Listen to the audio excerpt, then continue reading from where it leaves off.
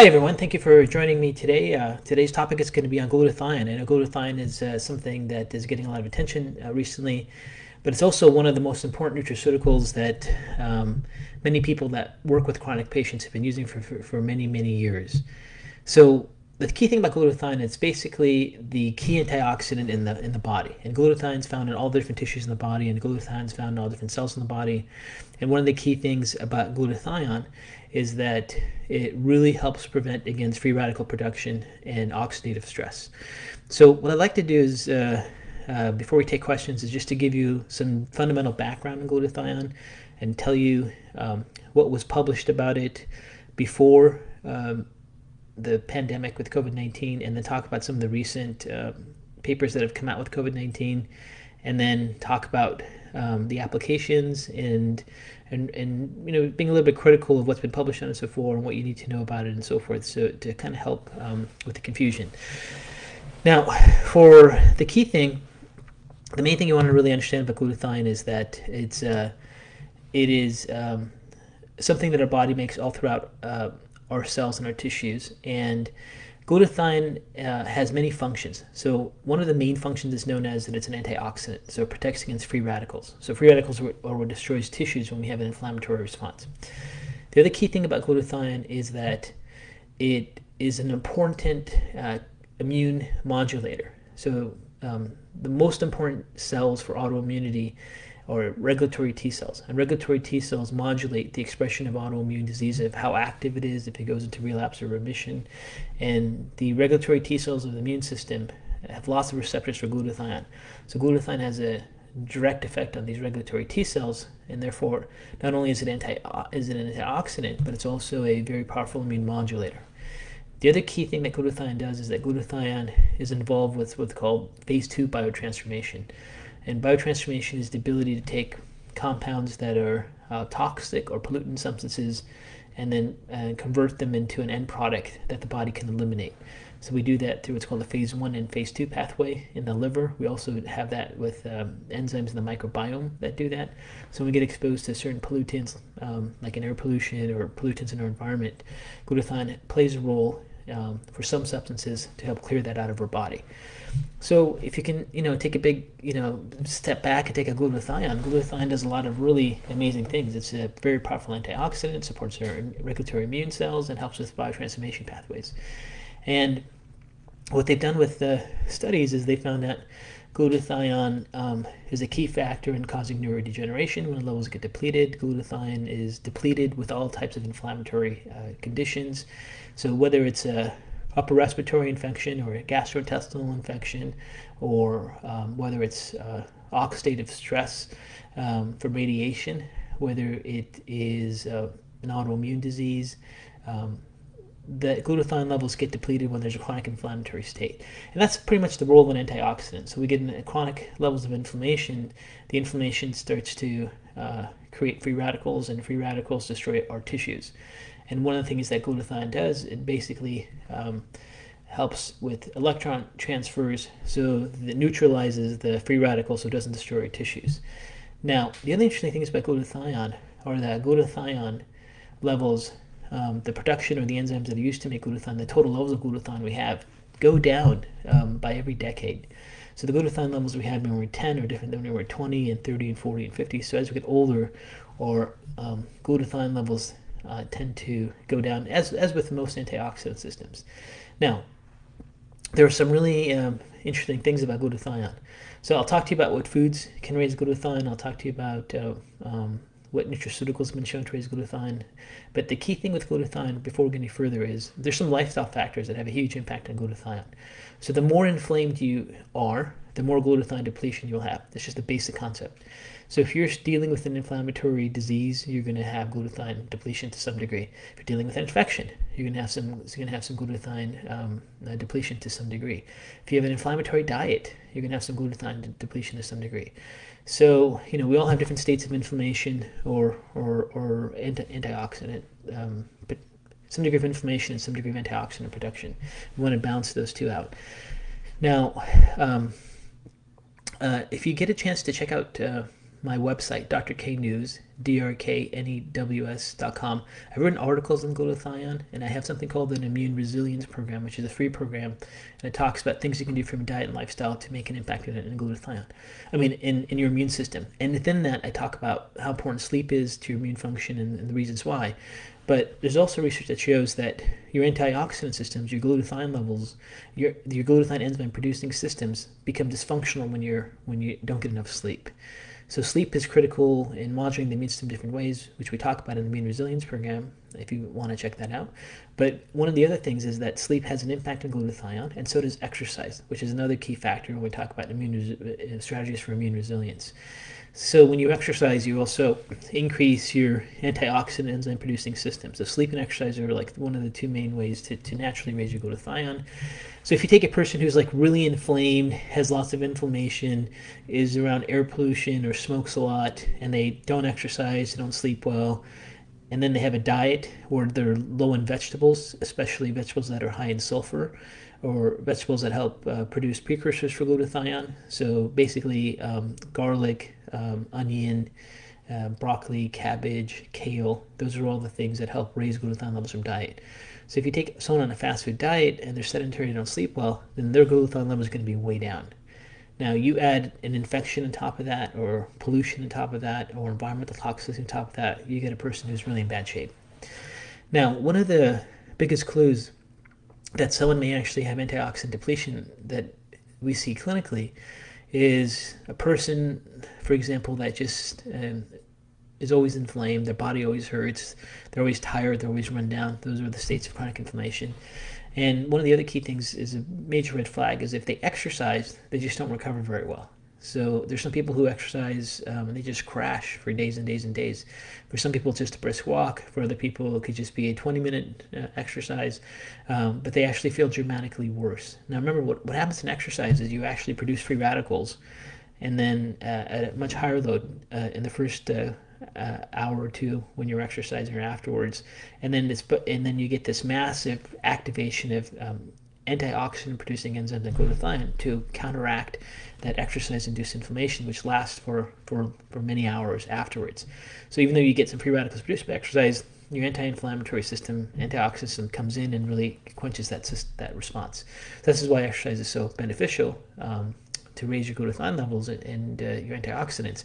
However, if you don't have the ability to activate them because you don't have the precursors and mechanisms to allow that to happen, then you can typically crash. So those are the key things with glutathione. Now, glutathione, we've been using it for many years in clinical practice, myself and many clinical nutritionists, functional medicine practitioners that practice an evidence-based model, because glutathione is has such good research on its ability to work as an antioxidant and quench inflammation, and it's so important for things like autoimmunity and so forth. Now, there were some interesting studies that glutathione published. I'll just summarize with you really quickly.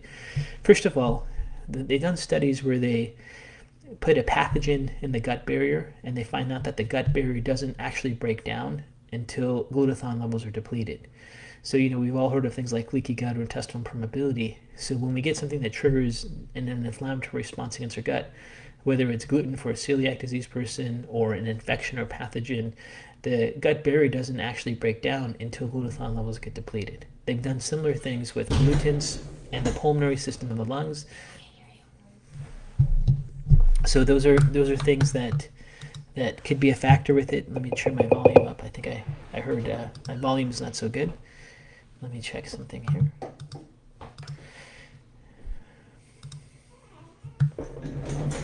Okay, so maybe that helps with the sound. Okay, so the key thing with glutathione is that glutathione levels have been shown to break down with not only the gut barrier, but the lung barrier, and also the blood-brain barrier. So whether you have a free radical, a chemical, a pathogen, it's just systemic inflammation, the barrier system doesn't break down until glutathione levels are depleted. Now, this is important because there have been some studies now where they've looked at the clusters of significant outbreaks of COVID-19, and they have mapped them out with really also being areas where there's a high degree of air pollution. And other studies in the past have shown that air pollution does significantly deplete glutathione. So, there's some inferences and there's some theories where, areas where there's high amounts of pollution, then you can deplete glutathione levels. That can open up the barriers, and that's when the pathophysiology of coronavirus gets to be more extreme. So, as you guys know, the SARS-CoV-2 viral organism binds to angiotensin receptors throughout the body, and it's found in the lungs too, and then the lungs break down, and then this inflammatory cascade takes place. So one of the theories out there is that in the nutritional world and preventive medicine world is that people that already have reduced glutathione, which are people with pre-existing conditions like diabetes, or people that smoke, people that have an inflammatory condition, people that are recovering from malignancy, they're not just that their immune system is weak, but their actual glutathiones are really depleted. And that, in combination with areas that have air pollution and then the infection, can be something that really orchestrates significant risk and responses. Now, as far as what's been published on glutathione, there hasn't been anything like dramatic published on glutathione in the literature.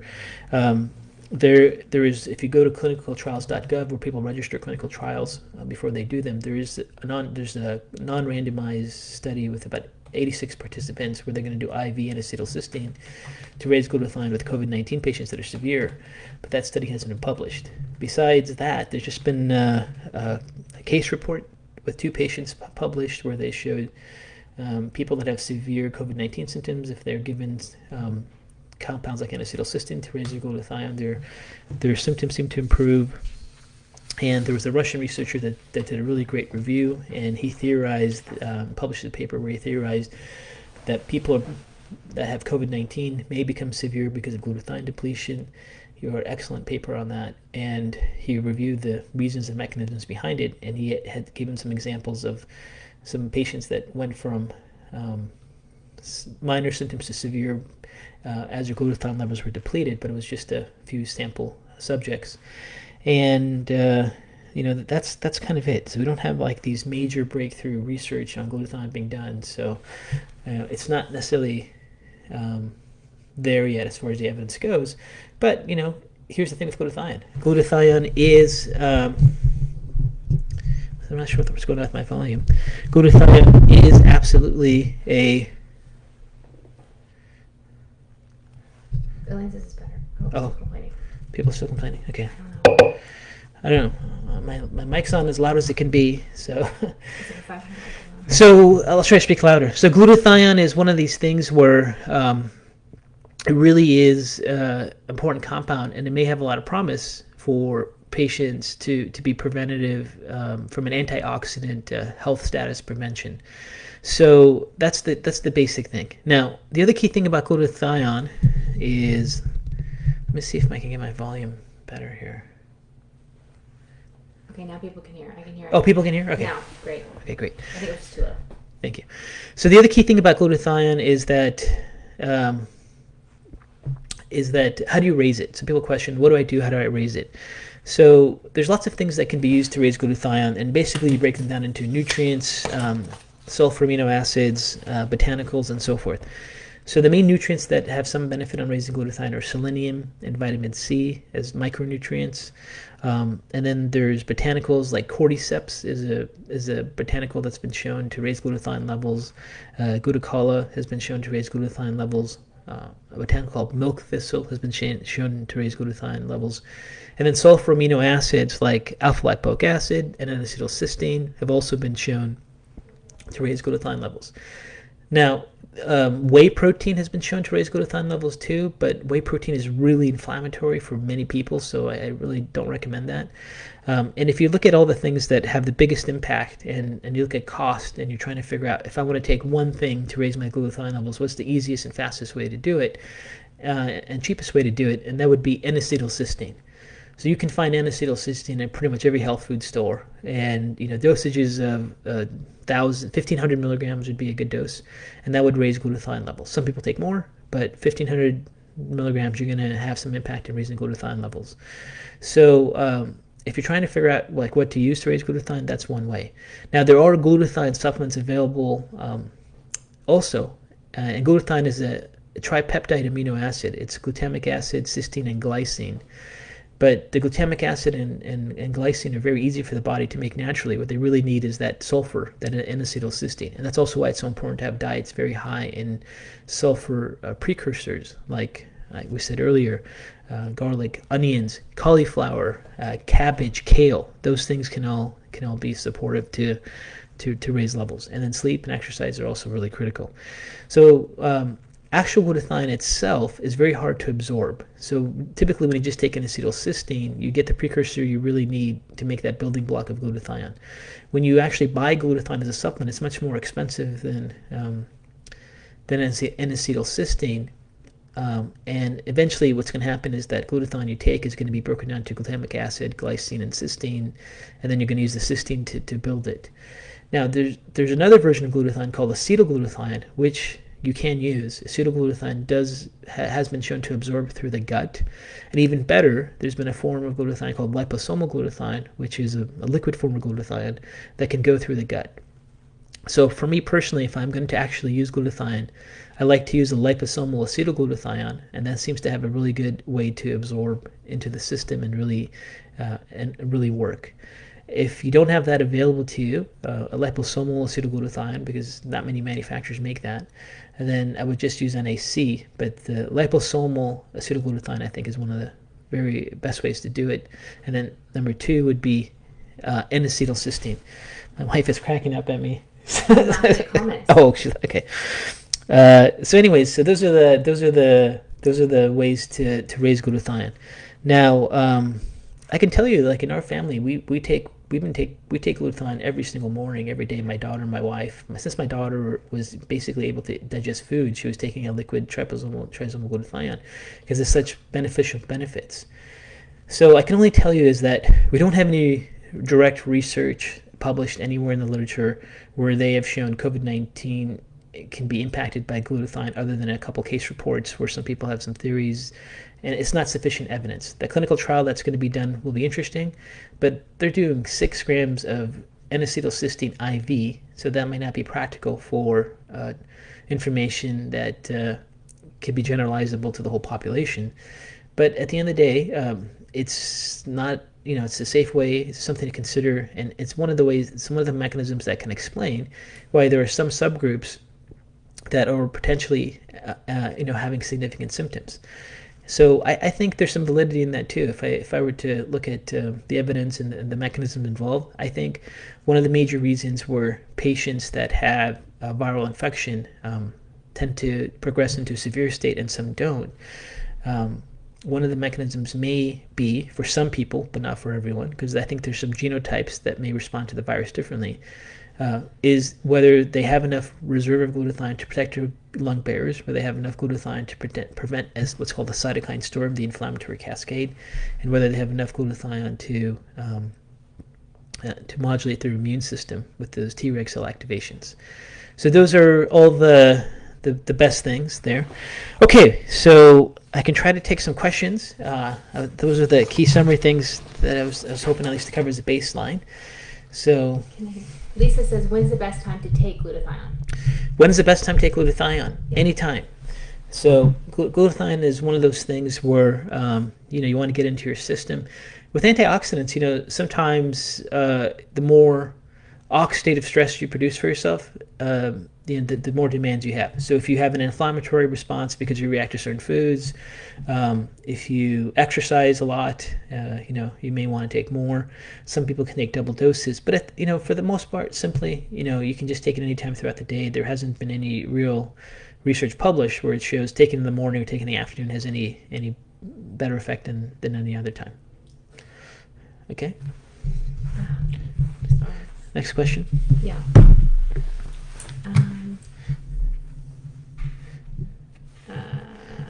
Okay, Nikki, can you take selenium, vitamin C, and glutathione? Can you take too much? Can you take selenium, vitamin C, and glutathione together? Okay, so Can you take too much? So yes, you can. So if you take too much vitamin C, so when you start getting into the 5,000 milligrams or more, you can end up with watery bowel movements and diarrhea. So that's the key thing with vitamin C is that there's a point where it's going to really increase your bowel activity.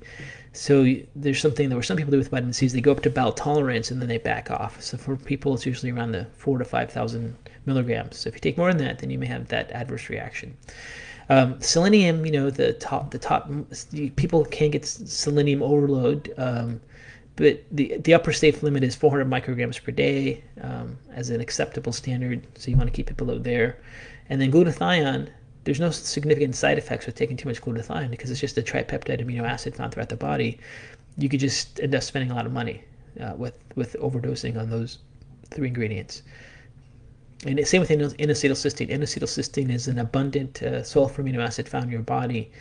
You can take 5,000 or more milligrams of it and not have any issues, even though with 1,500 milligrams, you can actually see significant change in glutathione levels. Okay.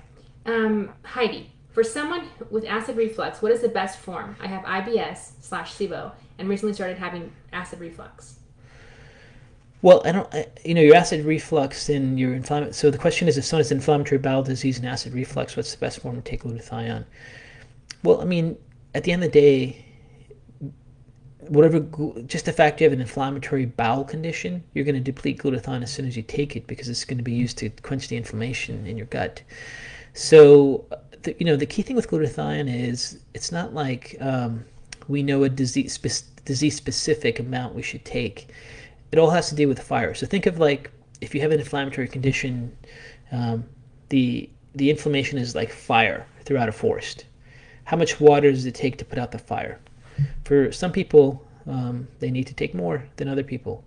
Now, the other key thing with glutathione is not everyone has a noticeable difference when they take it, but the ones that do it's a clinical red flag whenever we see that they really need an antioxidant protection. So some people will take glutathione and go, wow, I feel a lot better, and I think I just have more energy all of a sudden, and it's pretty quick. It's within the first 20-30 minutes. And for them, then we're like, well, then dose up. And then they dose up and go to a higher dose, and then they find that maybe it's not 1,500 milligrams, it's 3,000 where they really feel the best. But when they take about 4,000, that's not really different than 3. So that's kind of be the dose, for example, for their N-acetylcysteine. And then there's a majority of people that are already pretty healthy, and they have pretty good antioxidant systems. And if they take glutathione, they just go, I don't notice anything, and that's okay. Like in our family, we take glutathione all the time. It's not like we get a big buzz or feeling from taking glutathione or N-acetylcysteine. But with people that have lots of inflammation or chronic diseases, sometimes they notice a difference. So how you respond to glutathione can give you a clue. So if you have an inflammatory bowel condition and so forth, you may want to play with the doses. You may need more than 1,500 milligrams to have some type of impact for you. But some people with significant inflammation, we have them go on not only an acetylcysteine and vitamin C and selenium and milk thistle. We'll use a combination of all those things, and then like a acetylglutathione or trapezomal, trisomal glutathione all at the same time, try to calm down an inflammatory cascade. Okay, from Elaine, can you talk about intramuscular shots of glutathione? Some people are getting from their doctors. Is that better than oral? So the other thing the question is, what can I talk about intramuscular shots with glutathione? Okay, so there's different ways to take glutathione. You can take oral supplements, like we talked about, to raise glutathione, actual glutathione, but preferably in a liposomal form or an acetyl glutathione form, or things that raise glutathione, like N-acetylcysteine alpha-lipoic acid, milk thistle, glutathione, cordyceps, and then nutrients like vitamin C, selenium. Those are all the things that help your body raise glutathione levels. Or you can get IV glutathione, and typically people will use the drip bag and they get an IV glutathione treatment, or you can get an intramuscular injection. Whether you do IV or intramuscular injection, what's going to happen in that state is going to be a huge burst of glutathione into your system, but it's going to not last for a long period of time. For people that have significant acute inflammatory reactions, IV would probably be the best approach. So like if someone is in a cytokine storm from an inflammatory cascade, that would be a good way to address that. The clinical trial that they're doing is they're doing IV, and IV versus intramuscular is still going to get glutathione right into the bloodstream. So it doesn't matter. It just depends on how you want to do it. IV glutathione and intramuscular is just a push, so it's done really quickly. IV glutathione in a drip bag. People sit in a chair for 45 minutes with glutathione mixed in a saline bag, and they'll have to, the treatment can last 45 minutes, about how fast the drip is going.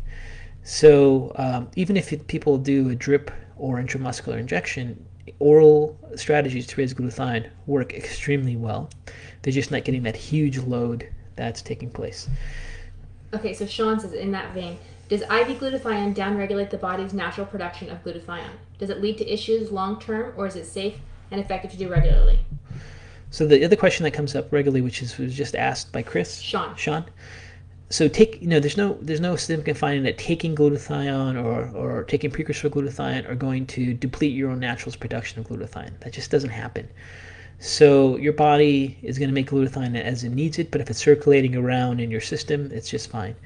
Now, the key thing with actual glutathione production is that you have the precursor fuel, and the key precursor is really sulfur, N-acetylcysteine, or sulfur foods in your diet, in combination with sleep, because you have to activate your glutathione enzyme systems to work properly, in combination with physical activity, especially exercise, because that boosts up your antioxidant enzyme producing system. So the combination of those things are really critical. If you take exogenous glutathione, you're not going to shut down your glutathione producing system. It just doesn't happen. Okay. Good.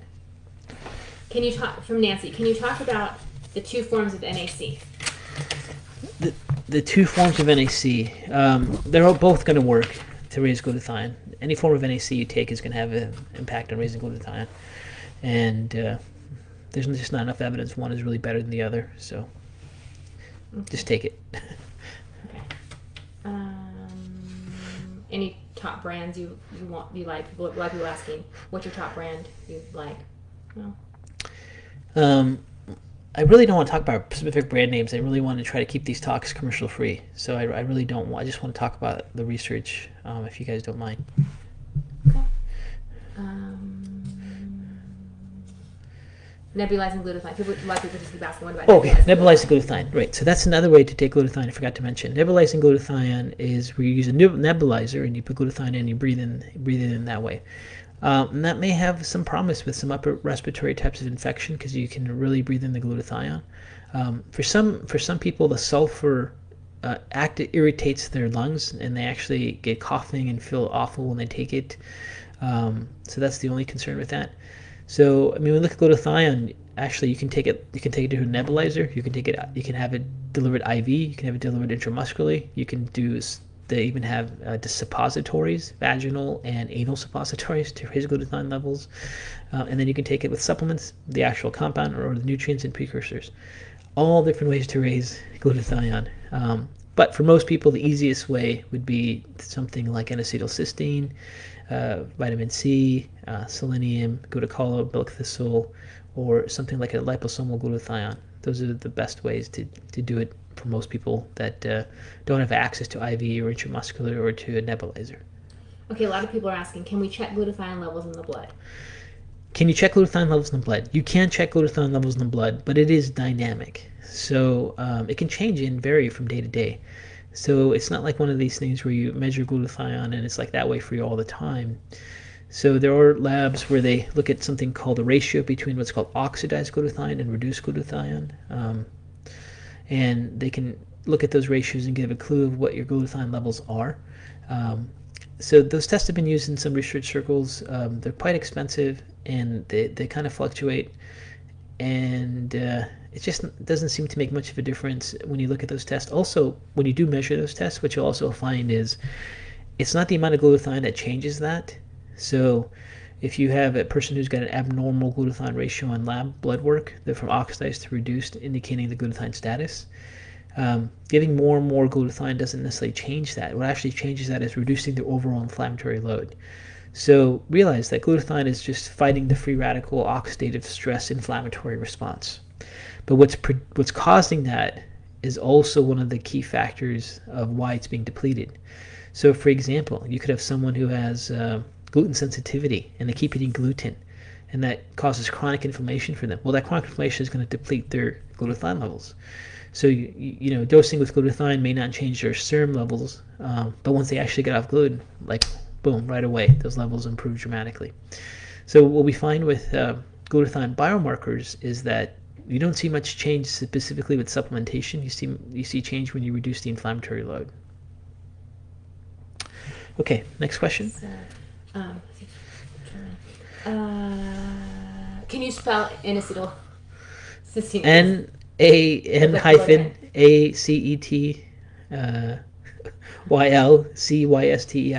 N-acetylcysteine, yeah.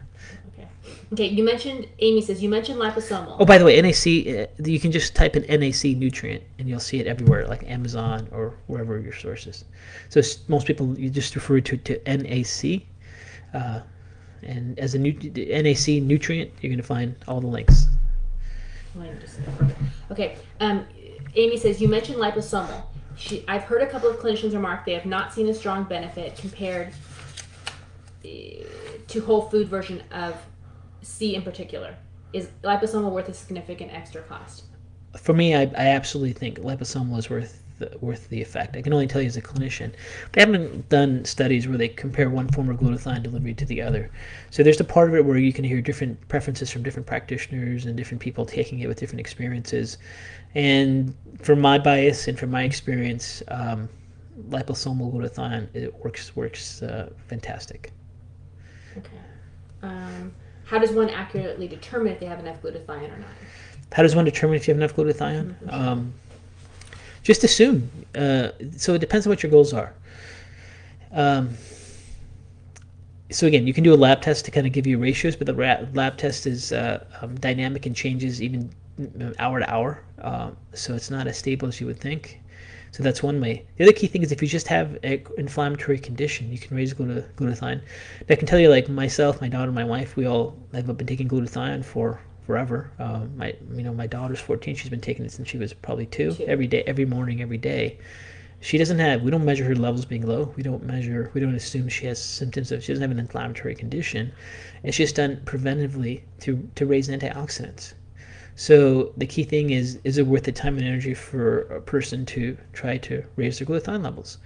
And I think that's going to be a personal call, but you definitely would be more on the scale of considering it if you have an inflammatory condition or if you have inflammation, if you have something associated with that, or you're just really into health prevention. And, there's different people that with different value systems for their health and how they want to spend their resources, and that's the key factor there. Okay. Sorry. So someone asked if there are any methylation issues that would cause you to not have glutathione. I can't find it. Sorry, not take glutathione. Is there any methylation issues to not take glutathione? Yeah. No. There's when you look at the conversion of methyl donors and cysteine to cysteine, if people have methyl donor defects, they may be inefficient in making glutathione, but that doesn't. They would actually have a greater need to take glutathione. So methylation defects, which impact cysteine metabolism to cysteine by the transfer of one methyl group, one carbon group, do happen, especially if you see serum high homocysteine, and those defects even strongly suggest you should take things to raise your glutathione, because if you have a methylation issue, it's another mechanism where your glutathione levels can be depleted.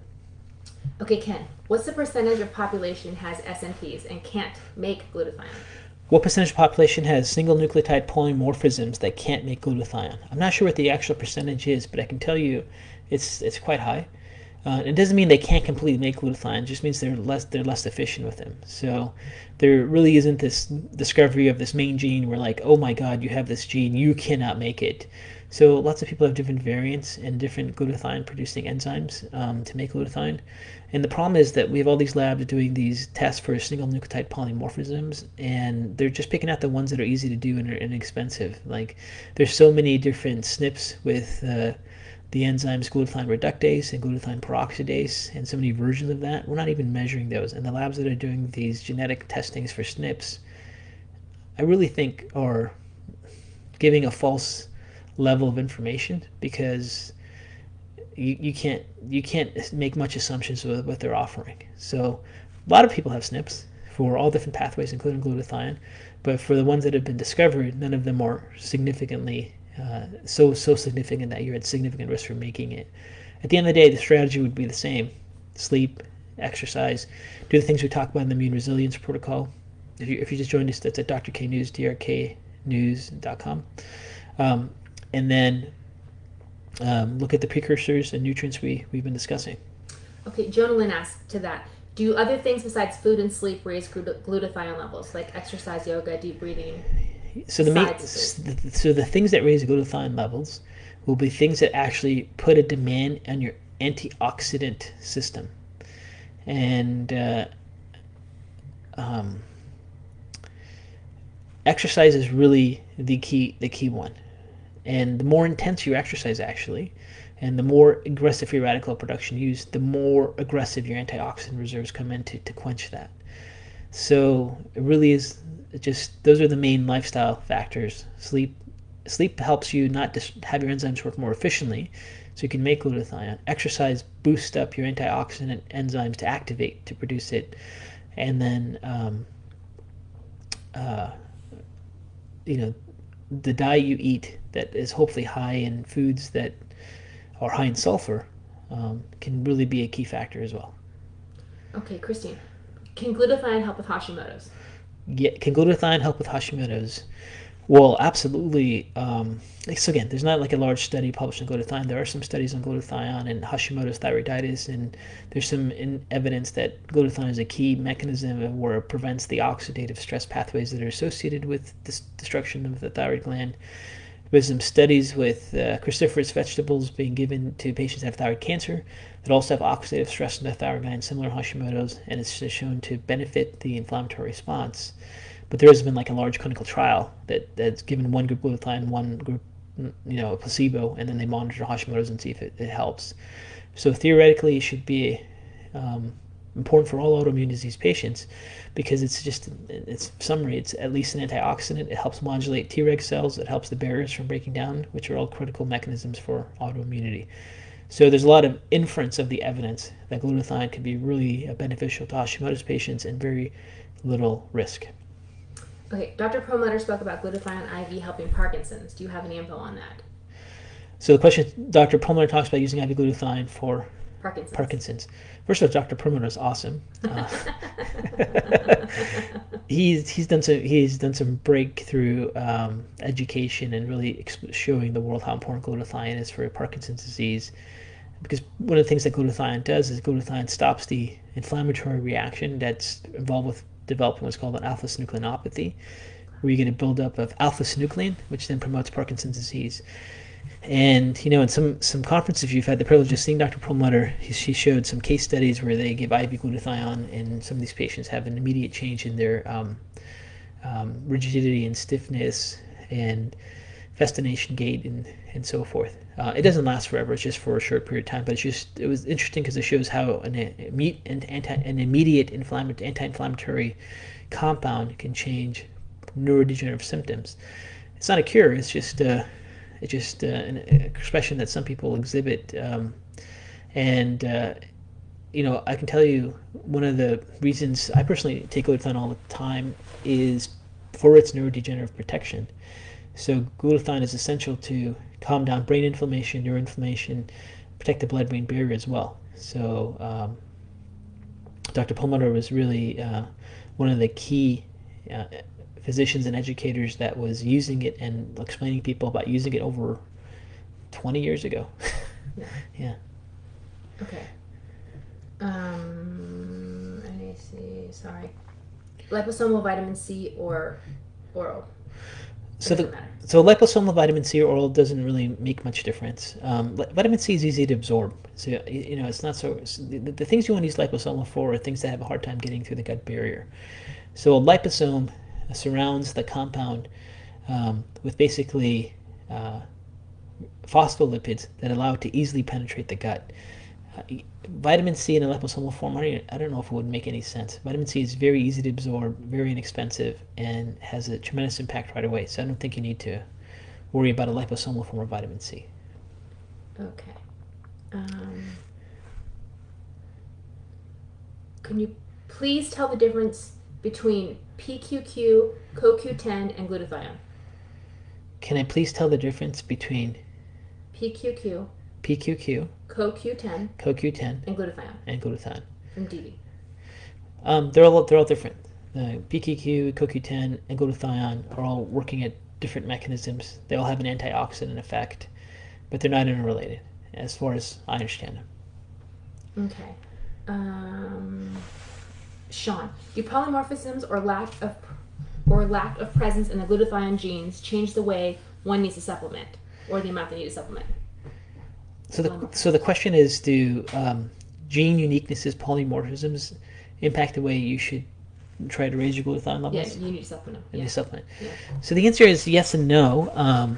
Again, these single nucleotide polymorphisms, where they look at like GPX1 and variations of that, has shown that your body could be a little bit less efficient in making glutathione, but it doesn't mean that it completely stops it. So you could have a gene that's inefficient, but you eat lots of sulfur-containing foods, you sleep well, you exercise, and your glutathione levels could be much, much higher than someone that doesn't have any gene uniquenesses, but they eat an inflammatory diet, never eat any precursor foods to raise glutathione, don't exercise, and have an inflammatory condition. The levels could be much lower.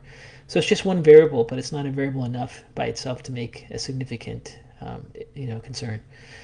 If you have a gene uniqueness, you have some minor risk for raising glutathione levels, but it's not a major clinical significance.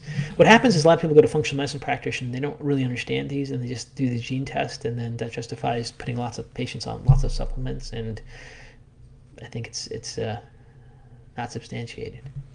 Okay, Elsie, do we need both glutathione and NAC? Do you need both glutathione and NAC? It's just being more aggressive if you do. Technically, you just need NAC to raise glutathione, but if you take an absorbable form of glutathione, like a liposomal form, then you immediately raise those levels in your system. So, again, if you want to be very, very aggressive, you can take all the different things we talked about, the nutrients, the botanicals, actual glutathione, and NAC. If you're just trying to, hey, I want to prevent myself and get my glutathione levels up, and what's the most inexpensive and quickest way to do it, easiest way to do it with the most evidence, then it would just be taking N-acetylcysteine. Okay, a couple people have asked, can you take it if you have a CBS SNP mutation and have trouble with sulfur? So there are some people that have genetic uniquenesses where they can't handle sulfur. And in those scenarios, you may have a very hard time taking glutathione. So there's a small subset of people in the population that cannot handle any form of sulfur or supplementation. So whether it's glutathione or cysteine, N-acetylcysteine, alpha-lipoic acid, they just have a hard time with it. And for those individuals, the other strategy is just to raise your vitamin C and selenium levels, and then take botanicals that help the body activate those enzymes. So you can take things like cordyceps and glutathione and milk thistle as a strategy if you can't handle taking sulfur supplements, sulfur-based nutraceuticals. Okay, Genevieve says, I'd like to know how to pare down supplements. I feel like you've helped me so much with these talks, but it's adding to my list of pills per day. Yes, this is so Genevieve is saying that, how do I cut down my supplements? Because and listen, I get it. When you hear about supplements, I want to try that, and a lot of people end up that are into their health, or people that have chronic diseases, they have an apothecary in their own home of supplements. They can open up their whole food section. I don't know how to answer that for you. Some of us have fun experimenting with different supplements, see how we feel doing different things. But I understand what you're saying. As a practitioner, I see patients coming in, and sometimes they come in with like a huge bag, like a Santa bag, and I'm going, what's in there? And it's like 50 different supplements that they take, or don't know what to do with. So that happens all the time. So I would say depends where you're at. If you are just pretty much healthy and you just want to improve your antioxidant reserves, then an acetylcysteine would be good. If you have chronic inflammation, it could be one of the things that helps you with your inflammation, so it could be more of a key essential nutrient for you. What I do a lot of times with my patients that are on so many pills, I have some patients that are like, oh my God, I don't know what to do, I don't know how to stop them. I ask them, if you're going to go on a trip and you can only take 4 supplements in your bag, which 4 would they be? And I've seen patients have serious anxiety attacks when I've asked them that, because they just don't know what to do. But that might be a good way to think about it. At the end of the day, what you're going through, a lot of people are going through. I don't have a good answer for you. You're just gonna have to do some trial error and experiment what you think works best for you. Okay, Janice, what is the role / importance of glutathione in phase 1 and or phase 2 detoxification? So, what's the role of glutathione in phase 1 and phase 2? Glutathione detoxification. Detoxification, Yeah. yeah. Okay. So we use the word detoxification, natural medicine, all the time, and detoxification is actually called hepatic biotransformation in the literature. And what hepatic biotransformation means is that a chemical compound that's toxic gets converted by the liver to something that's not toxic. So that's called biotransformation, hepatic biotransformation. And there's 2 phases for that. One's called phase 1 and one's called phase 2. In the phase 1 pathway, what happens is that toxic compound comes in, and actually what happens is it gets oxidized and reduced. It actually gets converted to a free radical to change the structure of it. And in that point, it immediately goes into phase 2. And phase 1 is like a funnel where you have inflammation. Phase 2 is like a coin sorter, and you have different pathways. One's called, for example, methylation, where they add a carbon group to it. One's called acetylation, they add 2 carbon groups to it. One's called sulfation, where they add a sulfur amino acid group to it. And one's called glutathione conjugation, where they add glutathione to it. There's actually more than those, but those are the main ones. So what glutathione does, it actually helps with the part where a phase 1 end product gets produced to a free radical, and it has to do that to change the shape of it so it can then bind to one of these phase 2 end products, and then something like glutathione binds to it, and then that compound is now water soluble, so we can eliminate through our sweat and through our urine and through our fecal pathways, and that is the concept of detoxification or biotransformation. So glutathione is critical because if you have if you get a toxic substance or a certain compound or medication that you take, you have to be able to clear that stuff out, and that's where some of these phase 2 pathways like methylation, acetylation, sulfation, glutathione conjugation come in, and you have to have healthy amounts of glutathione to do that. So that's also another concern. If you get exposed, if you have a huge toxic load, you may want to raise your glutathione levels to make sure your system transfers that.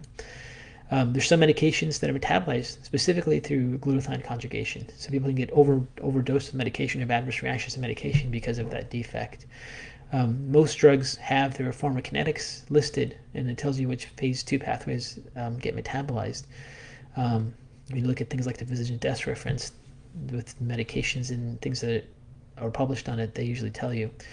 So it's important for that way. The other key thing is if a compound goes through phase 1 pathway and gets oxidized into a free radical, so it can then bind to a phase 2 to be metabolized and cleared, if you have, let's say, a defect in methylation, or you don't have enough methyl donors because maybe you don't have enough B vitamins in your system to help with transferring 1 carbon, it's called methylation, then that free radical is in your system now, and that can cause inflammation and destruction. So glutathione can also help quench and neutralize those compounds if they're produced. So unrelated to the immune effects and antioxidant effects, one of the key essential pathways of glutathione is how it helps us clear out toxic chemicals. So I think I answered that. Yeah, I spent too much time on that, sorry. Okay, if people get low blood sugar crashes easily, can NAC worsen low blood sugar? So NAC doesn't really have a significant impact on lowering blood sugar, but alpha lipoic acid will.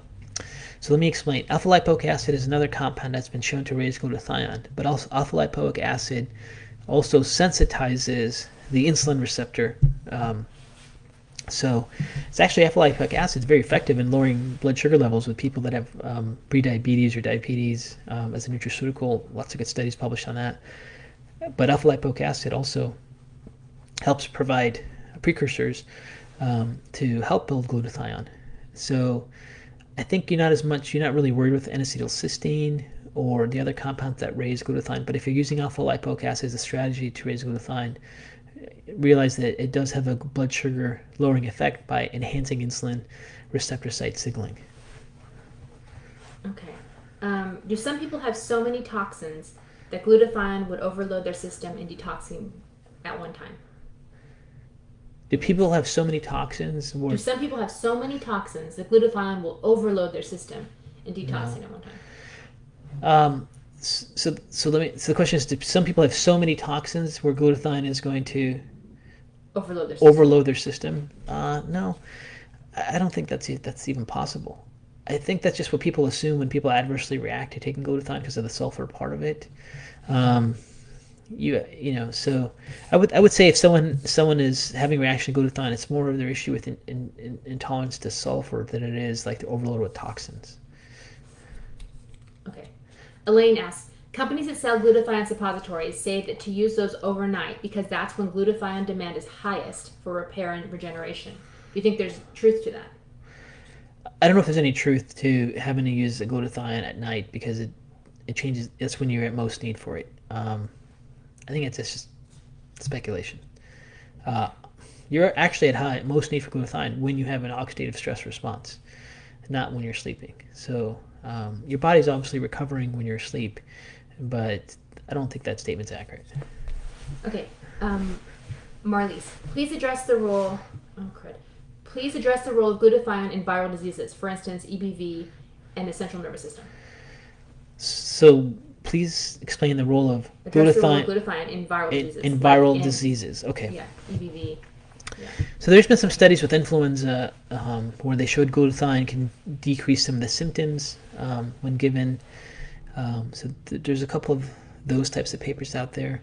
Nothing dramatic. But for the most part, when someone has a virus, and this is where COVID-19 is getting very, the focus on COVID-19 or coronavirus is that it destroys the lung epithelium and creates a huge cytokine storm and lots of oxidative stress. So there's been some attention given to glutathione as one of the key things to consider when people are trying nutraceuticals because of those mechanisms, specifically protecting the lung barrier from breaking down, helping modulate the cytokine storm, dealing with giving more antioxidants for the oxidative stress of the infection.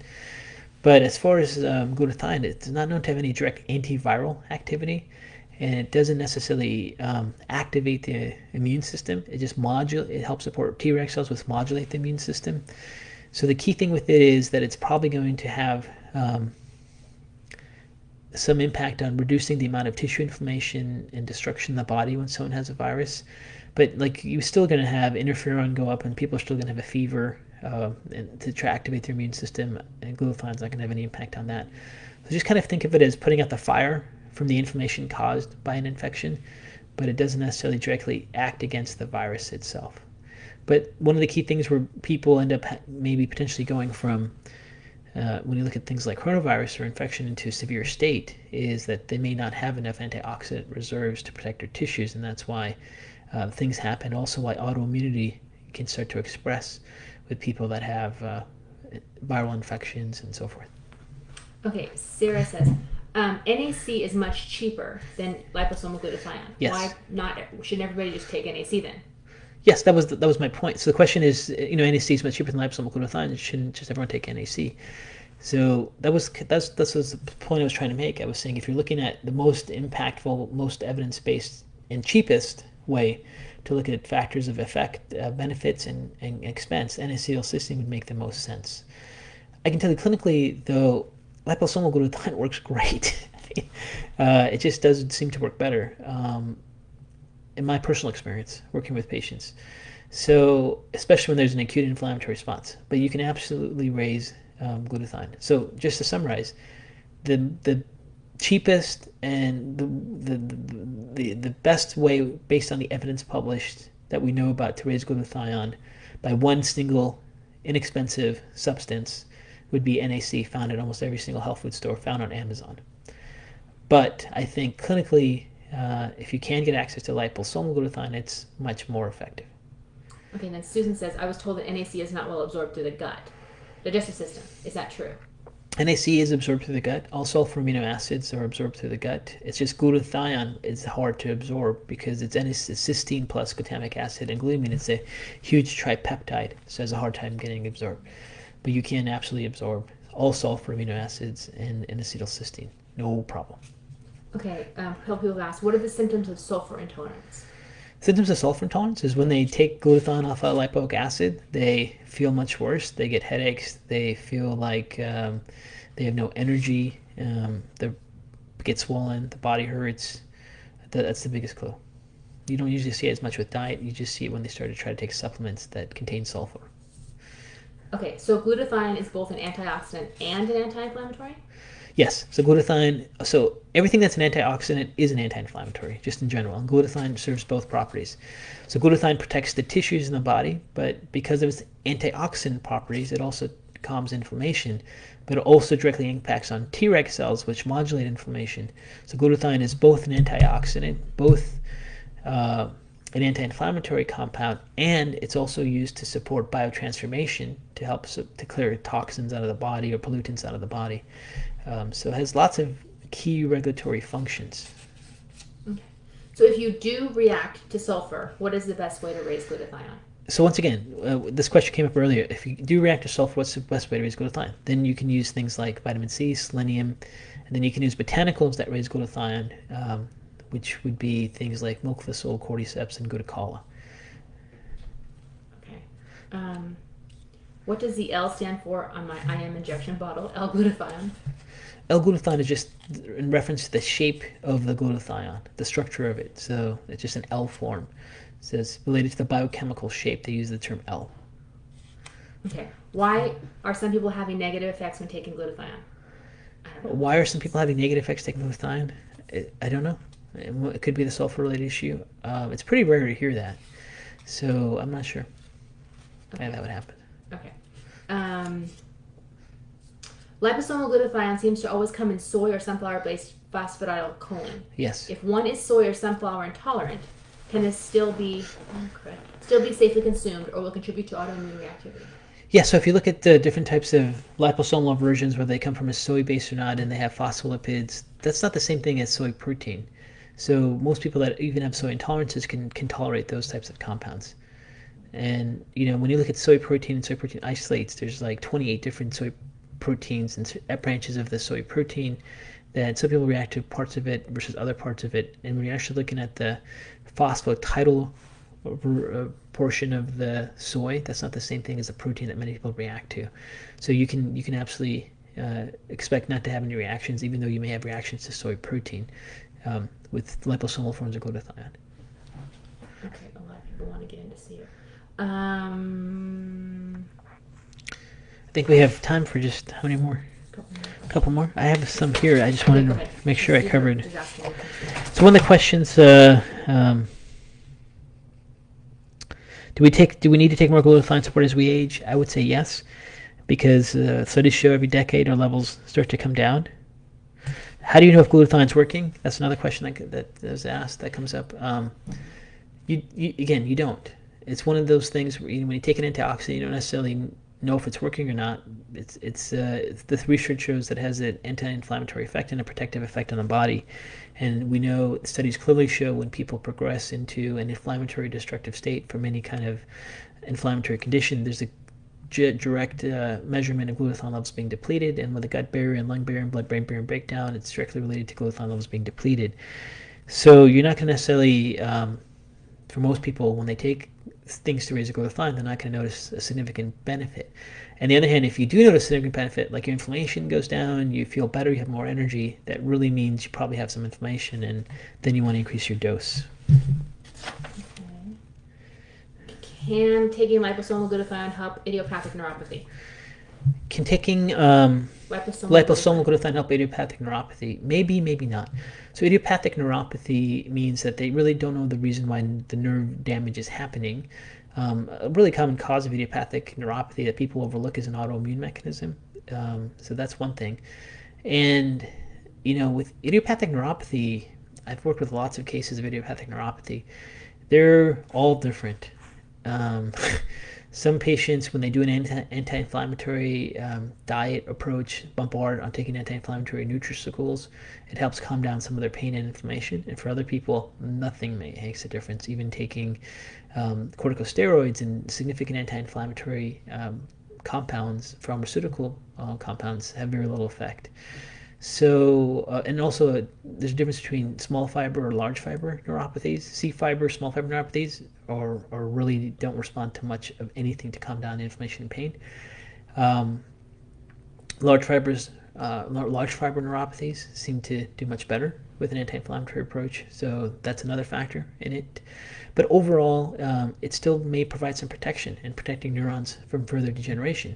Because although that most people that have neuropathy think about the pain, the function of that nerve being damaged is also critical. And but physiologically speaking, having antioxidants can be very protective against the neuron, whatever the mechanism of the idiopathic neuropathy may be. So I would encourage taking it, but if I had it, I would take it, but but it may not help with pain, especially if you have C fiber neuropathy. Okay. More? Yeah, is there any more? Yeah, there's a lot more. It's hard to shuffle through them all. Thank you everyone for joining. It's always so nice to see people interested. I mean, people interested in glutathione. Who would have thought? I love glutathione. A lot of people want to know the brand you're talking about. Okay, let's see.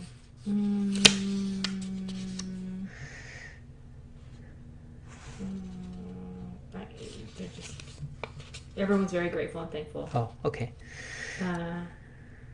Thank you.